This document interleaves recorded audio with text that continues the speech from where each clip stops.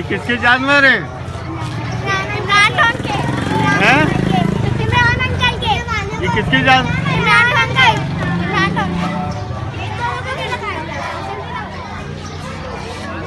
बच्चों की hair fair, बच्चों की चेल पेल आप देख रहे हो कि इमरान हैदर अब्दी NA 239 के जो कैंडिडेट हैं उन्होंने जानवर जो कुर्बानी के लिए, ईद उल अज़हा की कुर्बानी के लिए लेके आए। लोगों ने इलाके के अंदर किस तरह एंजॉय कर रहे हैं कुर्बानी के जानवरों के साथ। ये बच्चियां आप देख रहे हो किस तरह से मज़े कर रही हैं, हाथ लगा रही हैं जानवर को। खूबसूरत जानवर हैं, प्यारे जानवर हैं।